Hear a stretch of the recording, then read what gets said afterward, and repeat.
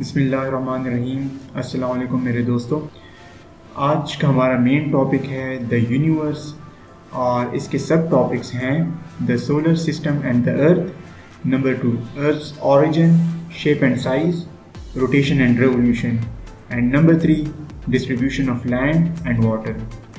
تو سٹارٹ کرتے ہیں سب سے پہلے the solar system and the earth سے۔ سولر سسٹم جسے ہم شمسی نظام بھی کہتے ہیں، یہ ایک ایسا نظام ہے جس میں 8 پلینٹس، ان کے مونز اور اسی طرح چھوٹی باڈیز جیسے کہ ایسٹیرائڈز، میٹرائڈز اینڈ کومیٹس یہ سورج کے گرد گھومتے ہیں۔ ہمارے سولر سسٹم میں 8 پلینٹس ہیں جو کہ ہیں Mercury, Venus, Earth, Mars, Jupiter, Saturn, Uranus and Neptune.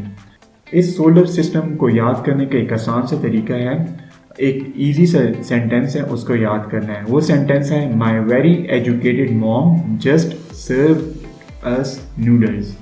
ٹھیک ہے، ان ورڈز میں پہلے الفابیٹس کو نوٹ کرنا ہے۔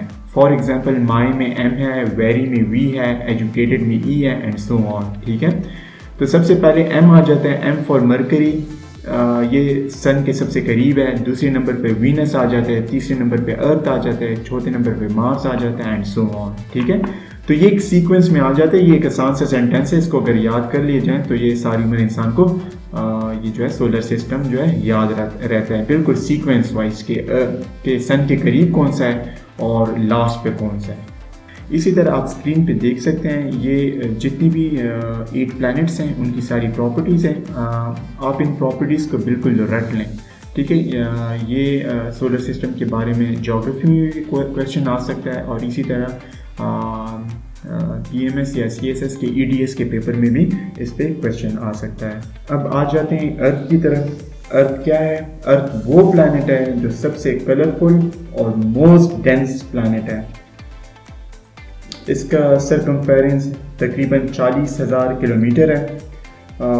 تقریباً 30% ارتھ کی جو سرفیس ہے وہ لینڈ ہے، جبکہ 70% جو ہے وہ اوشنز ہیں۔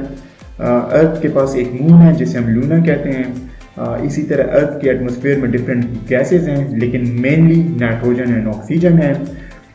اسی طرح ارتھ جو ہے سورج کے گرد ایک ریولوشن 365 دن میں کمپلیٹ کرتا ہے، اور ارتھ اراؤنڈ اٹس اون ایکسس ایک روٹیشن جو ہے وہ 23 آورس 40 منٹ اور 4 سیکنڈز میں کمپلیٹ کرتا ہے۔ اسی طرح زمین وہ وائٹ پلانٹ ہے جو کہ لائف کو سپورٹ کرتی ہے۔ ابھی ہم چلتے ہیں اپنے نیکسٹ ٹاپک کی طرف جو کہ ہے دا اوریجن آف ارتھ، یعنی کہ زمین کا آغاز۔ میرے دوستو، زمین بلینز آف ایئرز میں ایوالو ہوئی۔ زمین کا آغاز تقریباً 5 ارب سال پہلے ہوا۔ اس وقت کوئی پلانٹس نہیں تھے، صرف کلاؤڈز آف ڈسٹ یعنی کہ گرد کے بادل سورج کے گرد گردش کرتے تھے، اور قوت کشش کے باعث ان گرد کے بادلوں نے چٹانوں کی شکل اختیار کرنا شروع کی، اور کئی ملین سالوں میں ان چٹانوں نے سیاروں کی شکل اختیار کی۔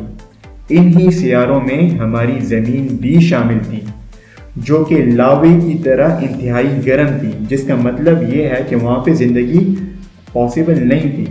پھر 4.5 ارب سال پہلے مارس جتنا سیارہ جس کو تیا کہتے ہیں وہ زمین کے ساتھ ٹکرایا، اور اسی ٹکراؤ کی وجہ سے خلا میں بکھرنے والا چٹانی ملبہ زمین کے مدار میں چکر لگانے لگا۔ اسی چٹانی ملبہ نے رفتہ رفتہ سفیر کی شکل اختیار کی، اور اسی طرح اس نے چاند کی شکل بھی اختیار کی۔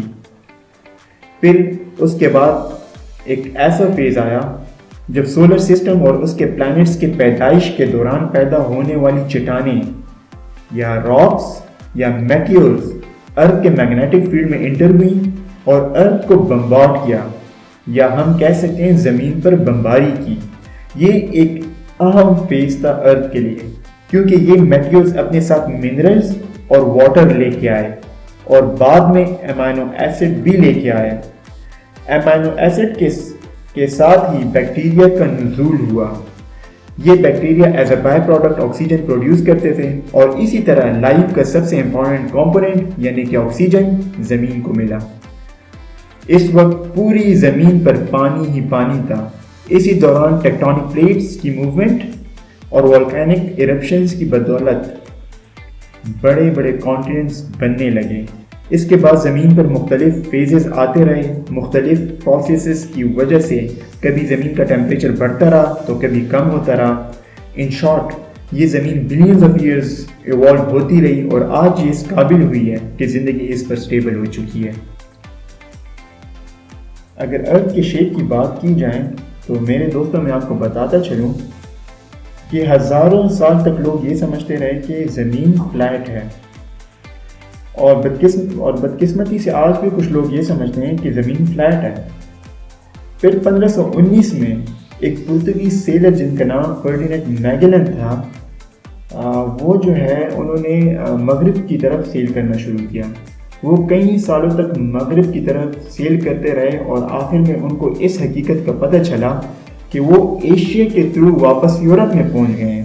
تو انہوں نے پریکٹیکلی پروو کیا کہ ارتھ جو ہے وہ فلیٹ نہیں تھی، بلکہ وہ بالکل ایک اسفیئر کی شکل میں تھی. جس طرح ایک بال ہوتا ہے بالکل اس طرح وہ انہوں نے پروو کیا کہ یہ ارتھ جو ہے یہ اسفیریکل ان شیپ ہے. ابھی دوستوں ہم آتے ہیں ارتھس روٹیشن اور ریولوشن کی طرف. لیکن اس ٹاپک کو سمجھنے سے پہلے ہمیں پتہ ہونا چاہیے کہ روٹیشن اور ریولوشن میں فرق کیا ہے. جب ایک باڈی اپنے ایکسس کے گرد گھومتی ہے ہم اس کو روٹیشن کہتے ہیں، اور جب وہ باڈی کسی باہر ایکسس کے گرد گھومتی ہے ہم اس کو ریولوشن کہتے ہیں. دیکھیں ارتھ کی روٹیشن کیا ہوگی.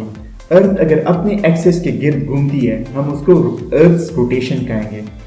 ارتھ روٹیشن کا ٹائم کیا ہے؟ ارتھ روٹیشن کا ٹائم جو ہے 23 آورز 56 منٹس اور 4 سیکنڈز ہیں. ٹھیک ہے. اسی طرح ارتھ ریولوشن کیا ہوگا؟ جب ارتھ سورج کے گرد گھومے گی تو ہم اس کو کہیں گے ارتھس ریولوشن. ارتھ جو ہے سورج کے گرد ریوالو کر رہی ہے، اور اس کا ڈیوریشن کیا ہے؟ اس کا ڈیوریشن 1 سال ہے جو کہ 365 دن ہے. دوستو اب آ جاتے ہیں distribution of land and water on earth کی طرف. ارتھ کا 71% حصہ واٹر ہے، جبکہ ریمیننگ 29% حصہ لینڈ ہے. پھر اگر اس واٹر والے حصے کی بات کی جائے تو اس میں 97% اوشنز ہیں جس میں سالٹ پایا جاتا ہے. ٹھیک ہے، سیلائن ہوتا ہے، اور 3% فریش واٹر ہے. اس 3% فریش واٹر میں 68.7% آئس کیپس اینڈ گلیشیئرز ہیں، 30.1% گراؤنڈ واٹر ہے. ٹھیک ہے، جبکہ 0.3% سرفیس واٹر ہے. پھر اگر اس سرفیس واٹر کی بات کی جائے اس میں 87% لیکس ہیں، 11% سویمپس ہیں، جبکہ 2% ریورز ہیں. تو یہ تھا آج کا ہمارا کورس. انشاءاللہ نیکسٹ ٹائم حاضر ہوں گے نیکسٹ ٹاپک کے ساتھ. تب تک کے لیے اللہ حافظ.